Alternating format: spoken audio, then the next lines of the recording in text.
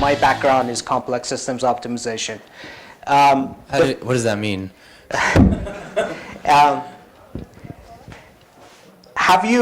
So the best example I can use is actually doctors. Every time you get sick, you go to a doctor, they never tell you definitively like what is wrong with you. It's a complex system, body is a complex system. They try different things, or they have a hypothesis about your system. Engineering systems actually, once they become complex, they are just like that. So you have a limited amount of data from outside that you can observe, but there's a lot going on underneath that you cannot observe. And that makes it a very hard problem to solve, to figure out. So that's my background. Now, going back to how that ended up, in us starting Zoosk, we were both data guys, and we wanted to apply it to a domain. And initially, we went after an engineering software company, the first company that I mentioned we started together many years ago. Then when we came together again and decided to start another company, this time we had a new problem, and it was dating. And we said, well, dating is a very complex problem to solve, and a lot of people try to solve it. As you can see, two out of the 5 companies were dating related.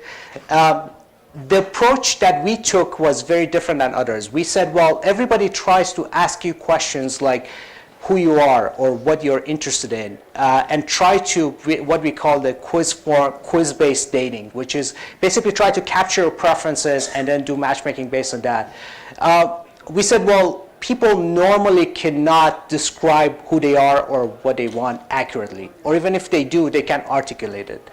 So instead of doing that, what we would do is that we would basically start a site that collects and that looks at the behavior of users on the site, meaning the actual who they actually approach and who they don't, and who they reply to and who they don't. And based on that, we actually come up with a matchmaking engine that more accurately optimizes for better matches. What was that? What was that called? We call it behavioral matchmaking engine. The company, the brand is Zoosk.com. Okay. And then you guys were actually separate like ropes. Like you actually were at Haas studying, and you obviously worked at NASA, and then Cheyenne was at Microsoft. So how, did you do this on the side? What was it that led up to Zoosk? Was it full time? Did you drop out? So in 2007, so we knew we wanted to start a company. We were sort of waiting for Cheyenne's immigration paperwork, believe it or not. So I was based at Berkeley at that point. Cheyenne was still waiting for his immigration paperwork. He went to a lawyer, an immigration lawyer, and he said, you're going to be sort of okay if you leave Microsoft right now. He didn't have his green card yet. So he said, well, he called me and he said, well, he says, I'm sort of okay. Most likely I'll be okay if I quit Microsoft at that point. And that's what he did. So he basically put all his stuff in a U-Haul truck and showed up at Berkeley. And we started a company together at that point. Wow. So what is your experience? I guess this is a side tangent about the visa issue. What are some options for an entrepreneur like Cheyenne or yourself did, like for the visa? Like, if you had to start from scratch, what would you do? Would you do the same thing? Do better? So it has changed quite a bit. There's a startup visa program now. I don't know if it has passed or it's passing, but it is a lot more open. I'm hearing more and more cases of entrepreneurs who are actually able to start a company and sponsor their own visa based on that these days, which is good news. However, it's like it's a strenuous process, right? Like it's like this 1 week time frame that everybody has, and they only accept obviously a handful. Yeah, it is a difficult process, but there is a process. So that's an improvement already. All right. So and then what was next? Like what happened between you and Cheyenne and Zoosk? Like you started. Like we've heard so many stories today about. What's your business model like? Right. You had a cool algorithm. Like, right. what would you guys use to start giving money, basically? Sure. And then basically scale. Like you were data guys. How did you guys scale at that point? I want to say we got lucky. We launched right after the Facebook platform opened. This is summer of 2007. There was a vacuum of apps. Actually, the term app economy was not even coined at that point. So people did not believe that there's going to be an appification of utilities. And we started the company as an app on Facebook at that point. As you might know, online dating has a huge network effect. In other words, you need to reach to a critical mass before your product starts to be even useful. And that is a barrier that prevents a lot of people from starting a company in online dating space. And that's what we were able to basically break through using Facebook platform. We were at the right time with the right idea, at the right place, Silicon Valley, and it happened. So I can't really take credit for it. We got lucky. Luck is definitely a blessing a lot of startups should actually embrace. The other thing is, I mean, it's true. A lot of times they say it's team, it's talent, timing, and then luck. Right. And you take advantage of it and embrace it. Right. What was the critical mass? Like, what was the size that would it, like, for dating? And there's also dating issues, right? Like with dating sites, it's like, can you have the opposite sex, the amount, the perfect Correct. amount, or the ones that everybody's looking for? And, Right. and so what were some of those issues that you guys were dealing with? So what is that magical number? There's no magical number. I can tell you under 4 or 5 million users in the US, your product is useless, most likely.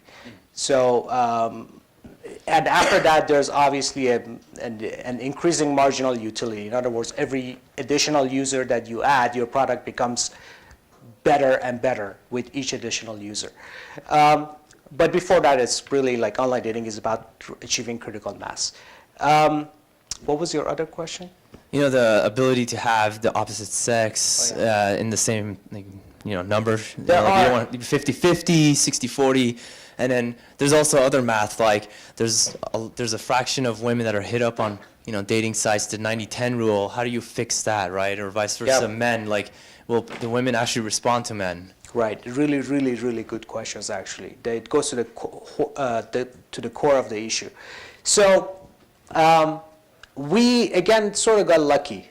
There are more female Facebook users than male users, especially in the early days. And we got a lot of female users through Facebook that way. So that was an element of luck. Now, how do you balance the ratio of messages sent and received? Our approach is based on what we call behavioral matchmaking. In other words, if we don't believe, we show you people that we believe would respond back to you. And the core metric that we actually optimize for is the number of back and forth conversations, not the number of messages sent in the system, not the number of whatever logins. Our core metric is the number of what we call deep conversations back and forth between the two people, which is a proxy for mutual attraction. And that's what we optimize for. So the system is built to do that. Yeah. And then how did you kind of take advantage of that? Like, you know, like these people are engaged.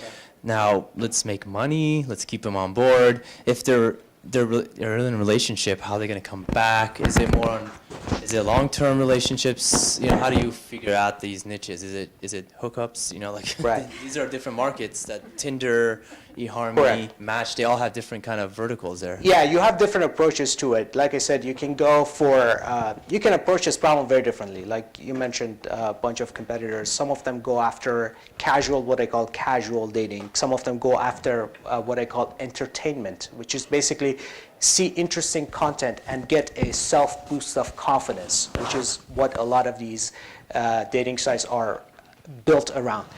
What we decided to go after was exactly what I described. I said we want to maximize the number of back and forth, deep conversations between our users, and that is the core metric. We actually don't care how many people you message before and how many times you log in before you get there. We don't try to artificially make your job more difficult. We would like you to have to get to a deep conversation with someone, meaning be mutually interested in someone as quickly as possible.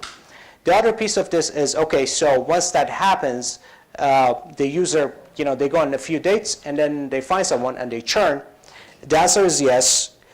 We took, again, we thought about this. Actually, a lot of people, as you can imagine, I've gotten that question many, many times. We made a strategic decision that we are not going to do churn reduction at all. We said, you know what, we have young users. On average, we are 10 years younger. Our user base is 10 years younger than Match.com and eHarmony. And these guys, they have a long dating life in front of them. I'm not going to reduce churn. I'm going to optimize for success, maximize for success, and hope that when and if things don't work out, they come back to me. And that has been our strategy since day one. We sort of even stay away from the word churn reduction. Yeah, so it's interesting. You guys very quickly became one of the top brands in dating, and I know this space is really, really difficult. Talk about branding. This is very important. Zoosk, how do you get the name? Right. It sounds, kind of Persian, but it's, I don't know, and then you guys have done an amazing job of marketing. You have TV ads. They're hilarious, by the way, with the bow and arrow guy or the Muppet, and then you got a lot of internet ads. So tell me about branding and then the marketing side. By the way, that dart guy, that commercial was banned in Europe because apparently you can't poke people with sharp objects on TV in UK. So we got a lot of publicity out of that. I'm glad they banned the commercial. So brand. So let me actually talk about the word. So it is not a Persian word. Actually, the first time I Googled the word Zoosk, it had 6 hits on Google. 6 hits. There were 6 links. And all of them were misspellings on really random sites. It didn't mean anything in any language. We were starting with a blank canvas. Why did we pick the word? Well, so we wanted to manufacture a word. We wanted to build a brand that didn't mean anything, so that we would start from a blank canvas, so to speak. We wanted it to have 2 O's. Why? Because Google, Facebook, Yahoo, they all have 2 O's. So we said, well, maybe that's why they're successful. So 2 O's, and then we said, okay, so Z or an X, because especially car companies, they named their best models with a Z or an X, like BMW Z4, Nissan Z, like that. It's also the last letter in the alphabet. It's this is the end. This is the ultimate. So we said, all right, so Z, 2 O's, then what sounds good? And then we basically brainstormed and we made up the word. So that's the branding side initially, and Yeah. and then how did you scale that brand? Besides the fact, obviously, the users and the product itself is the Right. most important thing, but you obviously have done so many things. You've had a couple music videos. Yeah. You've also, again, the commercials. How do you sustain that brand and image? Yeah. So it is actually, I learned a lot. So coming into this, so think about my background. I was a quant guy. I was basically a numbers guy that came into this business with a very one-dimensional view that everything can be measured and optimized on an Excel spreadsheet, let's say, right? Coming into it, that was my view, but over time I learned that there's a lot more. There's the element of emotional connection with your customer. What does your brand stand for? Things that you can't directly measure. It's not your daily number of logins. Surveys sometimes try to capture that, but even that is very questionable. If I'm sort of familiar with the survey market a little bit, it's very questionable techniques outside your metrics that cannot be measured, and some people call that magic. There is some of that, and the way we thought about it was, okay, so we have built a product that does matchmaking based on people's behavior. So we took out the boring upfront form that asks people really, really deep soul-searching questions and all those boring stuff out of the equation, and we simplified the whole process. That means that we have made online dating fun. So let's associate our brand with what the user experience is, which is a fun online dating environment. It's not just effectiveness. Effectiveness is very mechanical. We wanted to add the element of, that it's fun to use the product. And that's what you see. We don't take ourselves very seriously. It reflects in our commercials. It reflects in our logo, in our brand. We think it is just like anything else in your life. You can be a little bit lighthearted about it, and it still works. Have you used Zoosk, or you don't, I get that. Wordplay thing? So it is think about it. If you met me on Zoosk and then I told you that I have access to the back-end database, and I can look up whoever you've ever talked to, and your email address and your phone number. Would you trust that site ever again? So it is a conflict of interest. It's built in. We have thought about this quite a bit, so we tried not to do it. Cool. Yeah. So we'll talk now about entrepreneurship. Now you've lived a little bit in big corporations. You've done a day job. You've now started your own company. Can you kind of get into that? Like, how has life been the last 5-6 years with Zoosk? And would you do this again?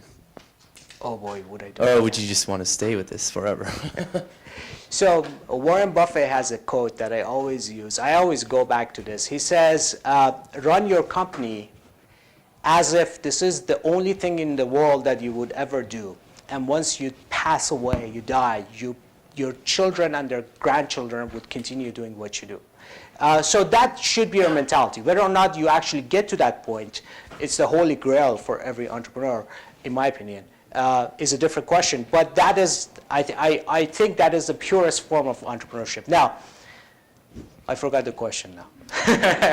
So basically, like your story behind the last few years, you've been a corporate guy. I've never been a corporate guy. I've never been Really? a corporate guy. I work at NASA. I was a scientist at NASA. Furthest thing away from corporate. You can never make me go to work every day at 9 a.m. It doesn't work. So, Got it. yeah. Is that a Persian thing? No, it's not a Persian thing. It's an Alex thing.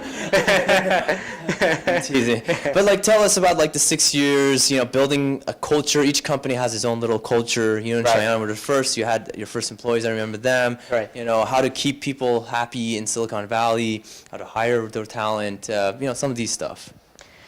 Okay, so let me try to ask you, that was a few questions. Let me try to first ask corporate culture. Let me start from that. So first of all, I don't like the word corporate culture. I don't have a better word for it, but Startup culture, basically. so yeah, okay. So Team building. So the way I think about it is, at least in our company, and you can obviously talk to people who work in our company. They would give you an unbiased view.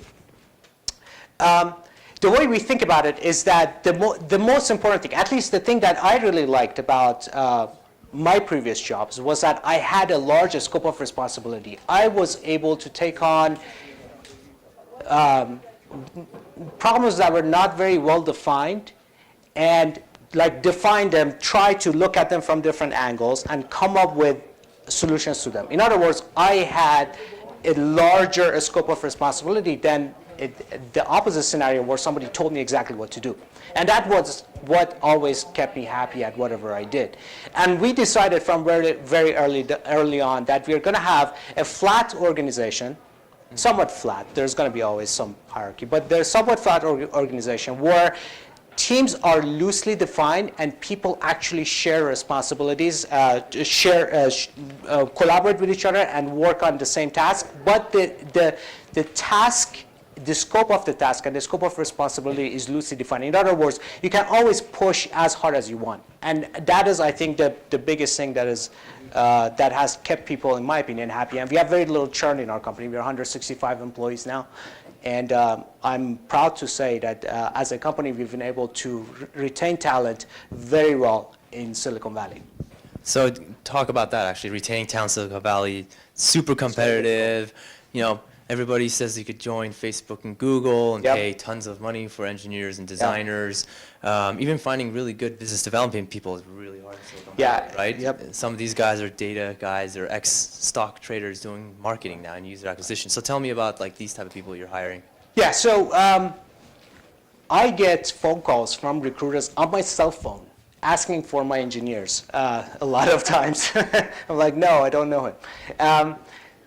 So yes, it is actually very competitive, which is good news for those of you guys who are software developers or are in high demand in Silicon Valley. I think ultimately, however, it comes down to what I just described. Are you intellectually challenged in the job that you have?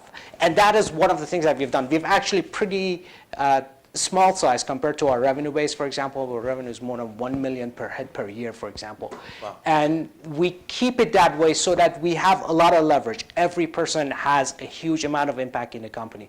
And I think that's ultimately what has been the factor that has allowed us to hire and retain talent in such a small environment. And we have also been able to get our engineers to hire their friends by telling them about this and bringing them into the company. So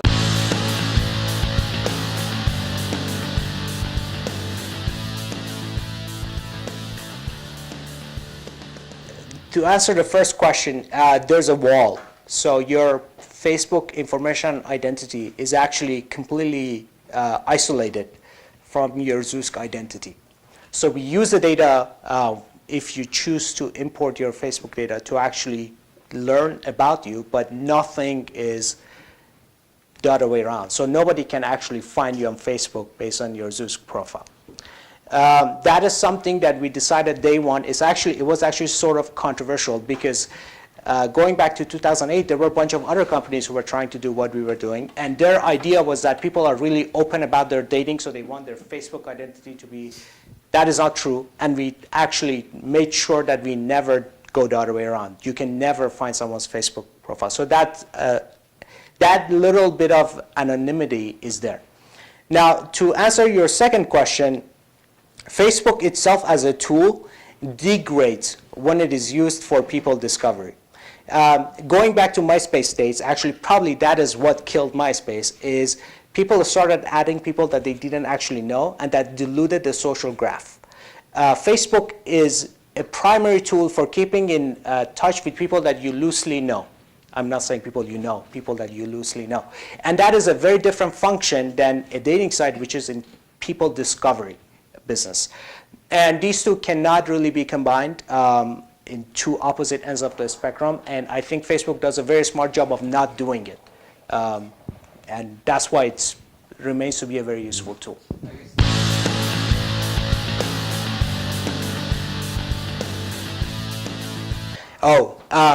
Yeah, really good question. So fundraising, all right, in consumer web, so I started a consumer web company. There is one factor that you need to nail down, and that is traction. So in other businesses, you can come in with a business that you don't have traction, and you can prove to, you say I have this proprietary whatever technology, but in consumer business, really nobody can prove or disprove your hypothesis other than you getting traction. That's the only way to do it. And we had a lot of traction, if you remember when I was pitching back in the day. And we had, I think, 400,000 users before I started even talking about fundraising.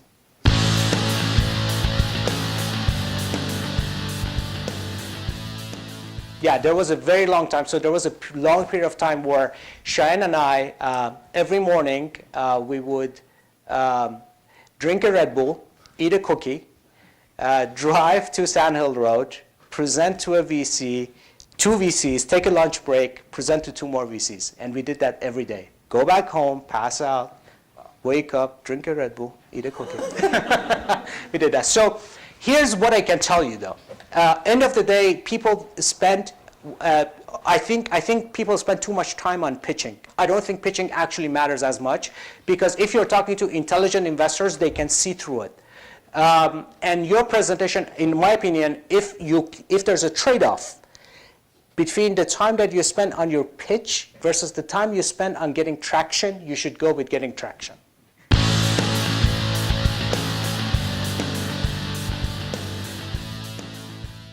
We were one of the, we basically started as, I don't know how familiar you are with marketing, but if you're talking about performance marketing, we start as a performance-based marketing company, and over time we learned that there's more to marketing than just performance-based marketing. And to me, that's just the marketing organization maturing to the point where it says, yes, I understand the numbers. First of all, you need to be able to measure and optimize, but then there's an element on top of that, which is the magic that I mentioned, and we learned how to create magic on top of that. So that was our evolution. We started as performance guys, data guys.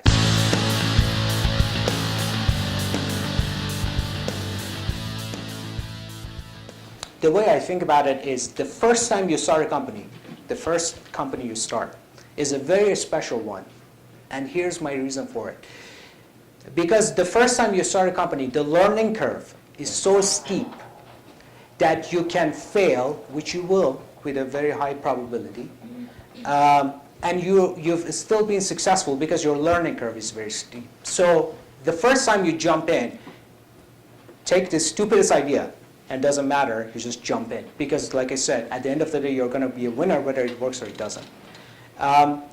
After that, the way you think about ideas is, at least the way I think about ideas is, can I imagine myself solving this particular problem or working to solve this particular problem for the next 10 years? And that is like how I evaluate an idea. And if the answer is no, I just want to sort of have this little trick that I want to do, or this thing that I want to do is sort of like, I think it's sort of interesting, that is not good enough for you to jump the second time. The first time, go for it.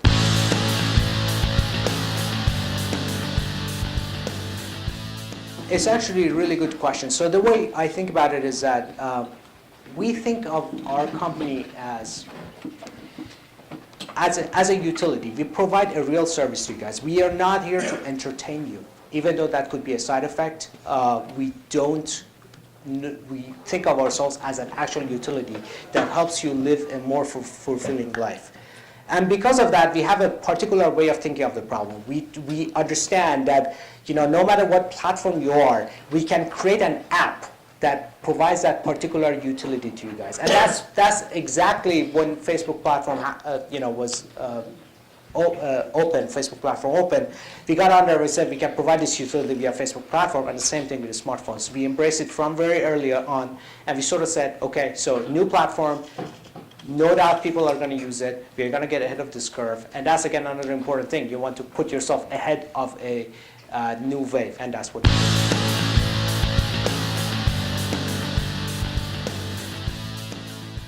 Do we have many people who want to start a company but haven't, like you're thinking about it? Can you raise your hands? All right. We have a few. You guys are, I tell you this, this is the one thing, I can't say this loud and clear enough. The first company, from that experience of trying to build a business that makes $1, you learn so much from that experience that just trying it and failing it is worth it. Second and third time is a trade-off. The first one is not. So just try it and fail, and you're going to learn so much. Even if you decide to go back to have a corporate job and and all that, you're going to come out of it as a winner, a better person. So do it at least once. Cool. Thanks so much.